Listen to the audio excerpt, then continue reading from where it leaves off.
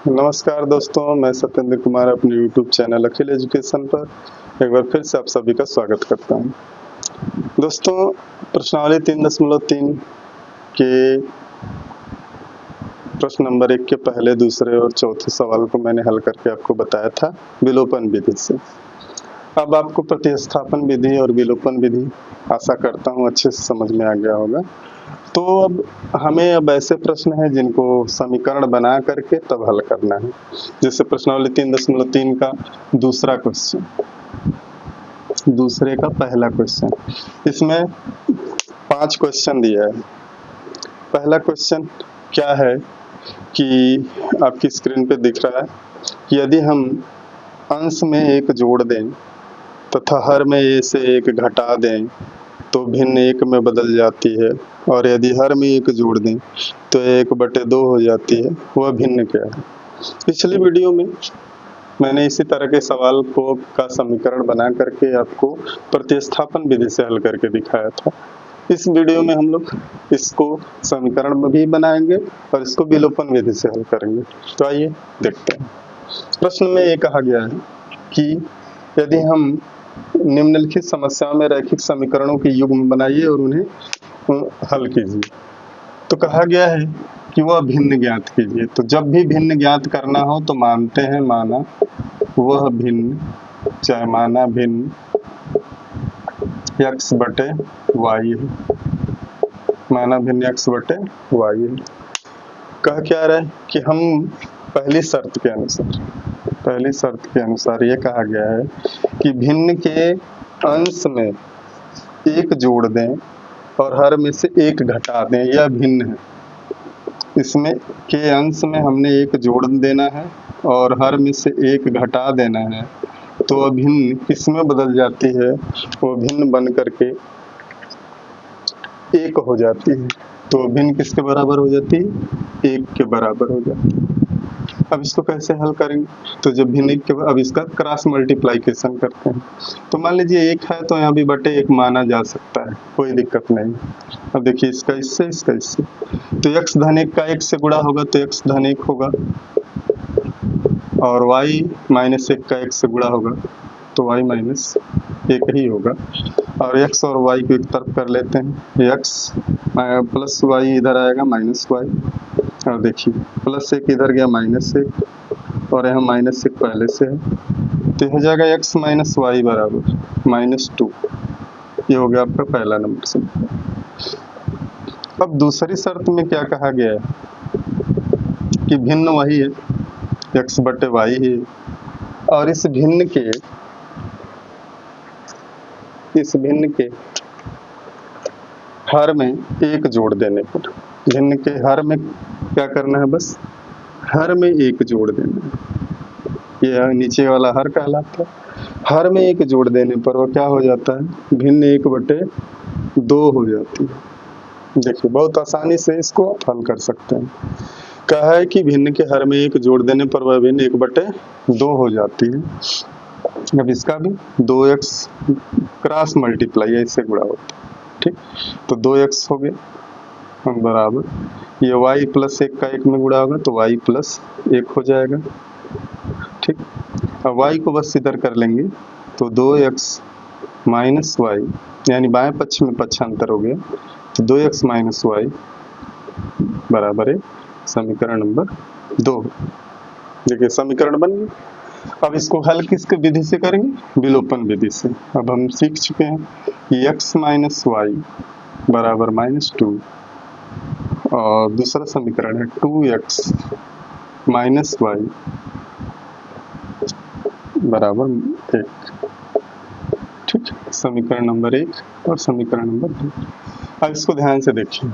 इसको ध्यान से देखने पे ये पता चला है कि यहाँ पे माइनस माइनस y एकदम एक पद बराबर है, तो इसमें किसी भी चीज़ का गुणा करने की जरूरत नहीं है।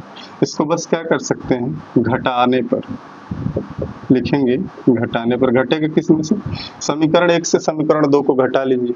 तो जब घटाते हैं तो ध्यान से देखिएगा, ये प्लस 2x है, तो घटाने पे जो दूसरा समीकरण उसके सारे चिन्ह बदल जाएंगे। तो प्लस 2x है तो ये हो जाएगा -2x, यहाँ -y है तो हो जाएगा +y, और यहाँ +1 है तो ये हो जाएगा -1। ये समझ लीजिएगा। अब यह जो चिन्ह मैंने लिखा है यही चिन्ह अब इसके साथ है, अब इस चिन्ह की कोई वैल्यू नहीं है क्योंकि घटाया जा रहा है समीकरण 1 से समीकरण 2। अब x -2x करेंगे तो -x होता है, -y +y कैंसिल हो गया, ठीक।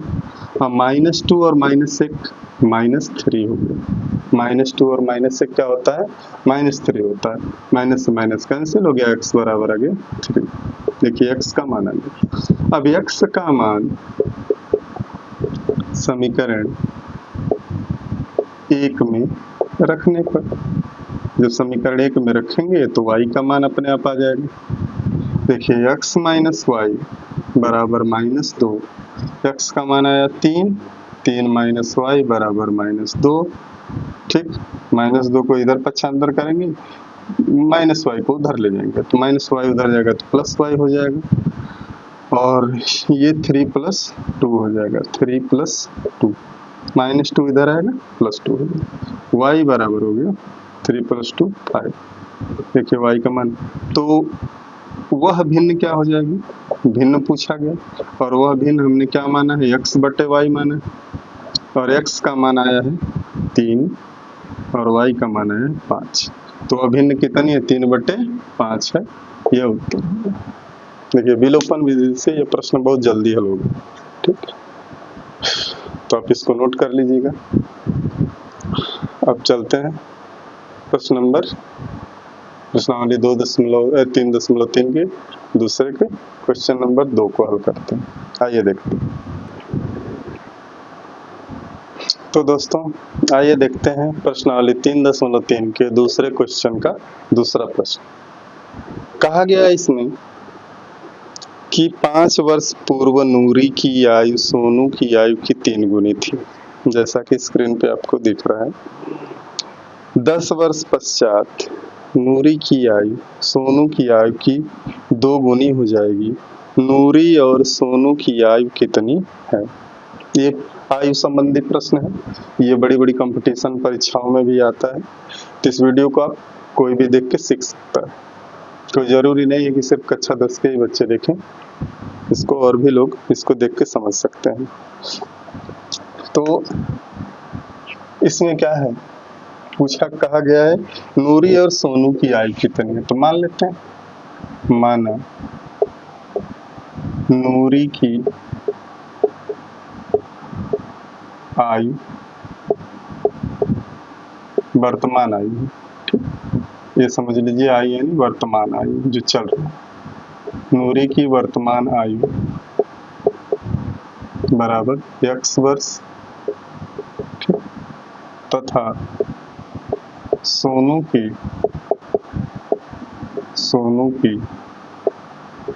वर्तमान आयु बराबर y वर्ष। ये वर्तमान आयु हो गई। कहा गया है 5 वर्ष पूर्व। 5 वर्ष पूर्व का मतलब आज यदि x वर्ष है तो पहले यदि आज किसी की आयु, मैंने बताया है पिछली वीडियो में कि यदि वर्तमान में किसी की आयु 10 वर्ष है तो 5 वर्ष पहले कितनी रही होगी, तो घटा दिया जाता है, वर्तमान आयु में से 5 वर्ष को घटा दिया जाता है। तो नूरी की आयु x वर्ष है तो 5 वर्ष पूर्व यहाँ पे लिख देंगे, 5 वर्ष पूर्व। 5 वर्ष पूर्व कितनी नूरी की आयु क्या रही होगी, नूरी की आयु रही होगी x - 5 वर्ष, ठीक। तथा सोनू की आयु क्या रही होगी, तो सोनू की आयु रही होगी, उसकी आयु है y वर्ष, तो उसकी आयु होगी y - 5 वर्ष। ये 5 वर्ष पूर्व की आयु। अब इसमें ये कहा गया कि 5 वर्ष पूर्व नूरी की आयु सोनू की आयु की 3 गुनी थी। नूरी की जो आयु है, पहली शर्त में कि जो नूरी की आयु है वह सोनू की आयु की 3 गुनी थी, तो 3 का गुणा सोनू की आयु में कर देंगे। ये इसका मेन पॉइंट है कि 5 वर्ष पूर्व नूरी की आयु सोनू की आयु की 3 गुनी थी, तो सोनू की आयु में 3 का गुणा कर देंगे और इसको हल करेंगे तो x - 5 बराबर 3 का y में 3y माइनस 15, 3 पचे 15। एक्स वाई को एक तरफ ले लीजिए, x माइनस 3y बराबर -5, इधर जाएगा तो +5, -15 हो जाएगा। x माइनस 3y बराबर -10, समीकरण नंबर 1 हो गया। ठीक, अब दूसरी शर्त में दूसरी कंडीशन क्या कह रही है? अब दूसरी कंडीशन में ये कहा गया है कि 10 वर्ष बाद, अब बात आ रही है 10 वर्ष, जो अवाई चल रही है उसमें 10 वर्ष बाद। अब 10 वर्ष बाद क्या होगा कि जो नूरी की आयु है, नूरी की आयु 10 वर्ष बाद नूरी की आयु जो है वो हो जाएगा, आज x है तो इसमें 10 और जुड़ जाएगा, x प्लस 10 वर्ष हो जाएगा। और जो सोनू की आयु है, सोनू की आयु वह हो जाएगा y प्लस 10, y प्लस 10 वर्ष हो जाएगा। और कहा गया कि 10 वर्ष बाद नूरी की आयु सोनू की आयु की 2 गुनी हो जाएगी। तो निकालते हैं इसको, x धन 10 बराबर 2 गुनी हो जाएगी, 2 का गुणा सोनू की आयु में 2y धन 10। x धन 10 बराबर 2y धन 10 दूना 20। इसको एक तरफ साइड कर लेंगे, x minus 2y equal to 20 minus 10, 10 का इधर पक्षांतर हो गया, x माइनस 2y बराबर 10। ये समीकरण नंबर 2 हो गया। अब लिख देंगे समीकरण 1 तथा 2 से, समीकरण 1 तथा 2 से। समीकरण 1 क्या है? देखिए यहाँ पे x माइनस 3y बराबर -10, तो x माइनस 3y बराबर -10, ठीक, x माइनस 3y बराबर -10 है। और यह है x माइनस 2y बराबर 10, ठीक, यह समीकरण 1 है और यह समीकरण 2 है। अब इसको हल करते हैं। ये भी क्या करेंगे, घटाने पर। क्यों घटाया जा रहा है? क्योंकि देख रहे हैं धन x घटाएंगे तो ये ऋण x हो जाएगा, ये धन 2y है तो ऋण 2y है तो धन 2y है, यानी माइनस है तो प्लस हो जाएगा, यहाँ भी प्लस है तो ये माइनस हो जाएगा। अब ये वाला चिन्ह चलेगा, धन x यानी plus x minus x cut गया, माइनस 3y प्लस 2y क्या होगा, माइनस y होगा, माइनस y होगा। और -10 माइनस 20 हो जाएगा, माइनस से माइनस कैंसिल हो गया, y बराबर आ गया 20। देखिए एक मान आ गया। अब y का मान तुरंत, y का मान समीकरण 1 में रख दीजिए, 1 में रखने पर, तो समीकरण 1 में रखेंगे, समीकरण 1 में रखने पर तो समीकरण 1 है x minus 3y equal to -10 है ये। अब y का मान 20 है, x माइनस 3 गुणे 20 यानी 3 मल्टीप्लाई 20 माइनस 10, x माइनस 60 हो जाएगा बराबर -10 हो जाएगा। x माइनस 60 को इधर ले जाएंगे, प्लस 60 हो जाएगा, -10 हो गया, x बराबर हो गया 60 माइनस 10 50। देखिए x का मान है, यानी x का हमने, x किसकी आयु मानी थी, नूरी की वर्तमान आयु x है, और x का मान आ गया 50, यानी कि नूरी की आयु है 50 वर्ष, और सोनू की आयु हमने माना था y वर्ष, तो सोनू की आयु है 20 वर्ष। ये अपना, तो यानी उत्तर हो गया x बराबर 50 और y बराबर 20। ये सॉल्यूशन है। तो प्रश्नावली 3.3 का दोस्तों दूसरे का दूसरा क्वेश्चन ये हल है। अब इसको नोट कर लीजिएगा। तो चलते हैं नेक्स्ट क्वेश्चन की ओर।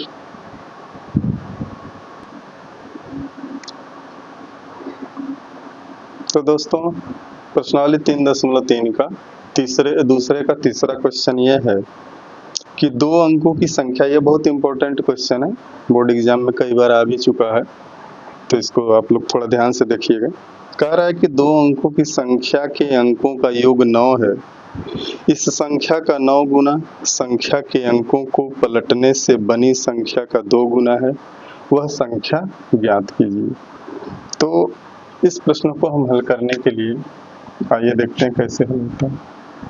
कह रहा है कि फिर से एक बार सवाल को पढ़ते हैं कि दो अंकों की संख्या के अंकों का योग 9 है। तो माना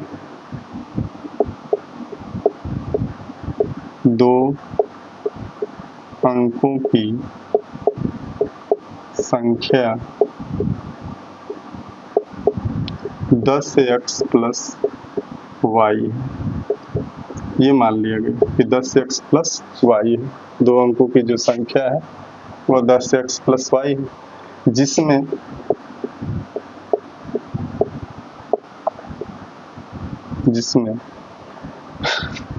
दहाई का अंक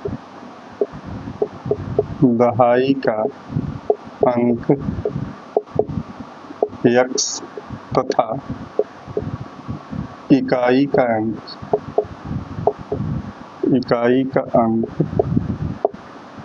y है।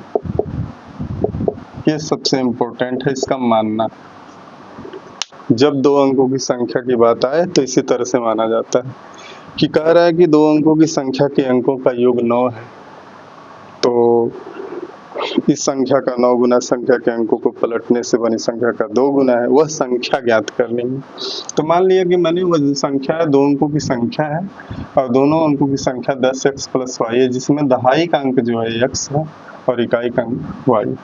अब पहली शर्त के अनुसार, पहली शर्त में क्या कहा गया है कि दो अंकों की संख्या के अंकों का योग 9 है। तो दो अंकों की संख्या का यही है x प्लस y, दो अंकों की संख्या का योग माने जोड़, दोनों अंकों को जोड़ लिया और दोनों का योगफल कितना है 9 है।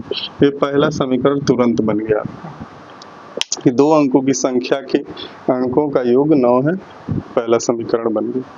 अब दूसरी शर्त में क्या कहा गया है कि दूसरी शर्त में ये कहा गया है कि इस संख्या का 9 गुना, इस संख्या का 9 गुना जो हमने माना है, यानी कि 10x प्लस y का 9 गुना, 9 का गुणा कर दिया।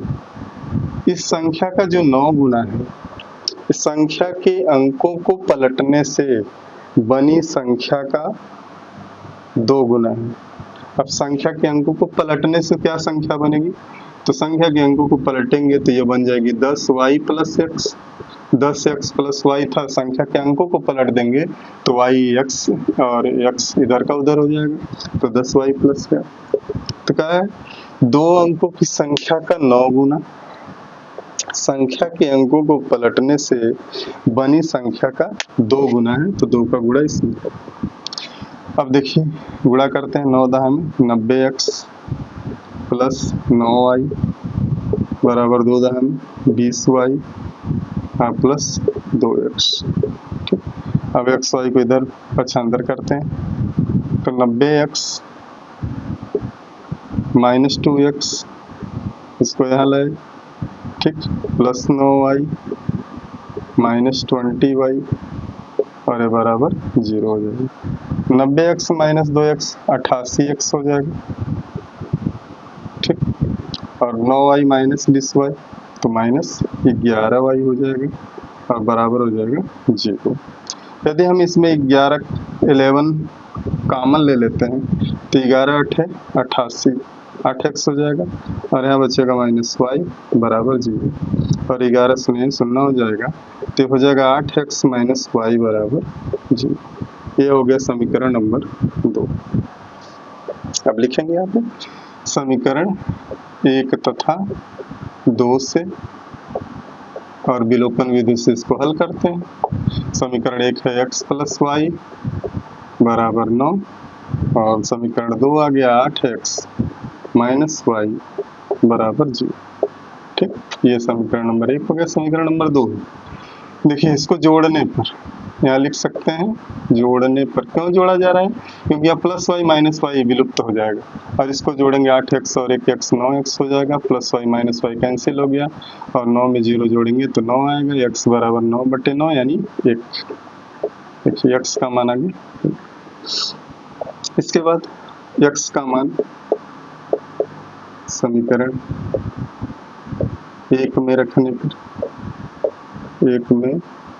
पर या 2 में भी रख सकते हैं। ये क्या है? x प्लस वाई बराबर 9 और x का मान आया 1 तो x की जगह पे 1 प्लस वाई बराबर 9, y बराबर हो जाएगा 9 माइनस 1, इसको राइट साइड में लेंगे, 9 माइनस 1 बराबर 8, y का मान आ गया 8। अब वह संख्या क्या है?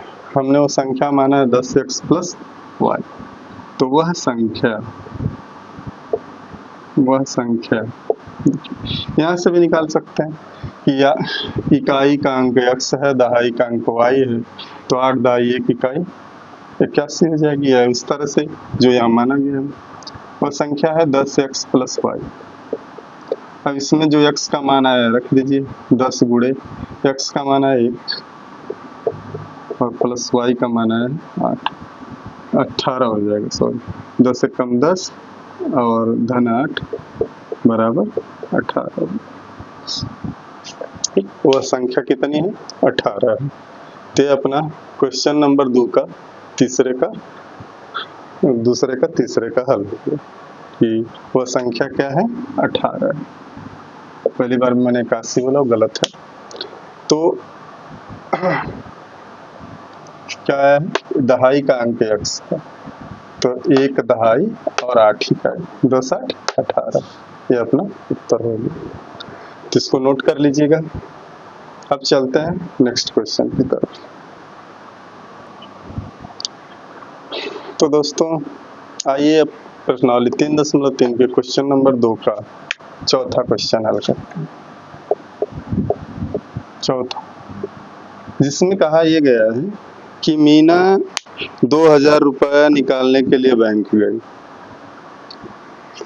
और उसने खजांची यानी कैशियर से 50 रुपए तथा 100 रुपए के नोट देने के लिए कहा कि उसने कहा कि मुझे बस 50 के और 100 के ही नोट चाहिए। ठीक, तो कैशियर ने मीना को कुल 25 नोट दिए। दिखाया मीना ने कुल 25 नोट प्राप्त किए। तो ज्ञात कीजिए कि उसने 50 रुपए और 100 रुपए के कितने कितने नोट प्राप्त किए। आपको क्वेश्चन यदि आपके पास बुक होगी तो उसमें भी देखेंगे तो और अच्छे से समझ में आ जाएगा। तो इसको भी माना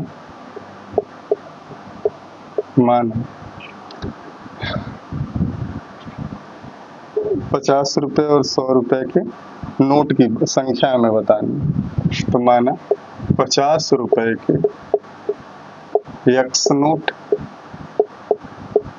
तथा 100 रुपए के y नोट प्राप्त किए।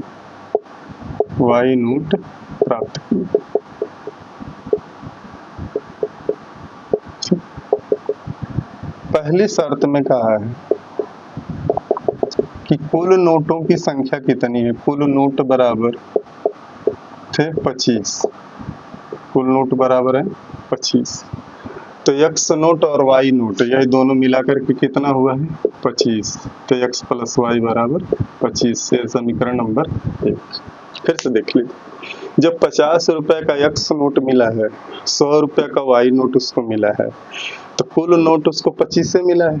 तो जब x नोट 50 का है और y नोट 100 का है, तो इन्हीं दोनों को जोड़ने पर कितना होना चाहिए? 25। तो एक कुल नोट बराबर 25, x नोट और y नोट को जोड़ने पे आ गया 25। यह हो गया आपका पहला नंबर का समीकरण। अब दूसरे शर्त में ये है कि उसने कितने कितने के नोट, कुल 2000 रुपया निकालना था। तो 50 रुपए का x नोट तो हो गया 50x, ठीक। और धन 100 रुपया का उसने कितना नोट प्राप्त किया? y नोट प्राप्त किया। तो 50 रुपया का एक्स नोट था और 100 रुपया का वाई नोट था। दोनों को प्लस करने पर कितना रुपया होना चाहिए कुल उसने कितने रुपया निकालना था 2000। तो 50x + 100y बराबर हो गया 2000। ये समीकरण नंबर 2 हो गया। अब समीकरण 1 तथा 2 से चाहे तो समीकरण 1 और 2 को फिर से लिख सकते हैं। x + y बराबर 25 और 50x + 100y बराबर 2000। ये समीकरण 1 और समीकरण 2। अब क्या करेंगे, समीकरण 1 में 50 से गुणा करने का, ठीक। चाहे समीकरण 1 में 100 से भी गुणा कर सकते हैं तो भी अच्छा होगा।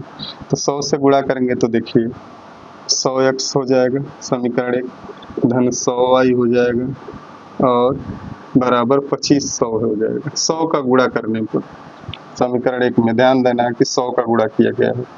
समीकरण 2 में किसी भी अंक का गुणा नहीं करना, बस इसको जैसा है वैसे उतार लेंगे। 50x धन 100y बराबर ये हो गया 2000। घटाने पर समीकरण ये 3 और 4 है, घटाएंगे। मैंने पिछली वीडियो में बताया है माइनस हो जाएगा, यहाँ प्लस है तो माइनस हो जाएगा, यहाँ भी माइनस हो जाएगा। घटाते समय चिन्ह बदल जाते हैं, ठीक। तो 100y + y ये कट जाएगा। 100 में से 50 घटेगा तो 50x हो गया और ये तो कैंसिल ही हो गया। 2500 में से 2000 घटाएंगे तो 500 आ जाएगा। अब x बराबर जो आएगा 500/50, 50 से कैंसिल हो गया, 50 दाह में 500, x बराबर आ गया 10। अब x का मान समीकरण 1 में रखने पर समीकरण 1 में रख देते हैं। समीकरण 1 क्या है, x + y बराबर 25, x + y बराबर 25, x का मान आया 10, 10 + y बराबर 25, तो y बराबर हो जाएगा 25 - 10। राइट साइड में गए, y बराबर हो गया 25 में से 10 घटेगा 15। देखिए उत्तर आ गया, सॉल्व हो गया है प्रश्न। अब उसको कुल 25 नोट मिले थे तो देखिए 10 और 15 25 भी हो जाएगा। कुल 2000 रुपये प्राप्त हुए थे, निकालना था। तो 50 रुपये का यानी x नोट था, यानी 10 नोट था। तो 50 रुपये का 10 नोट कितना होगा, 50 × 10 कर सकते हैं, 500 हो जाएगा। 50 दाम में 500 हो गया। अब 100 रुपये का कितना नोट था, y रुपया था, तो 100 × y का मान कितना आया 15। देखिए 1500 हो गया, 1500 और 500, देखिए 2000 रुपये कुल निकालना था, यानी अपना ये प्रश्न सही है, ठीक। तो अपना उत्तर आ गया। तो प्रश्नावली 3.2 के 3 के दूसरे का चौथा क्वेश्चन भी सॉल्व हो गया। आप इसको नोट कर लीजिएगा। अब इसका लास्ट, इस प्रश्नावली के दूसरे का लास्ट क्वेश्चन है 5वां। तो आइए 5वें क्वेश्चन की ओर चलते हैं। तो आइए दोस्तों देखते हैं प्रश्नावली 3.3 के दूसरे का 5वां क्वेश्चन, जिसमें ये कहा गया है कि किराए पर पुस्तक देने वाले किसी पुस्तकालय का प्रथम 3 दिनों का एक नियत किराया है, यानी कि 3 दिनों का किराया फिक्स है, तथा उसके बाद प्रत्येक अतिरिक्त दिन का अलग किराया है। सरिता ने 7 दिनों तक एक पुस्तक रखने के लिए 27 रुपये अदा किए। सरिता नाम की एक बच्ची गई जिसने 7 दिनों के लिए किताब को लिया और उसको दुकानदार को, उस पुस्तकालय वाले को 27 रुपये दिए, जबकि सुशी ने एक पुस्तक 5 दिनों तक रखने के लिए 21 रुपये अदा की। तो नियत किराया तथा प्रत्येक अतिरिक्त दिन का किराया ज्ञात कीजिए। तो माना नियत किराया, नियत माने होता फिक्स, नियत किराया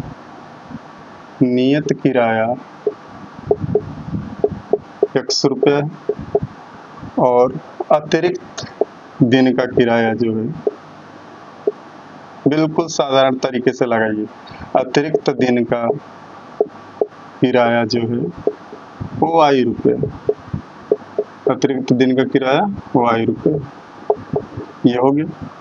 नियत किराया 100 रुपया और अतिरिक्त दिन का किराया वाई रुपये।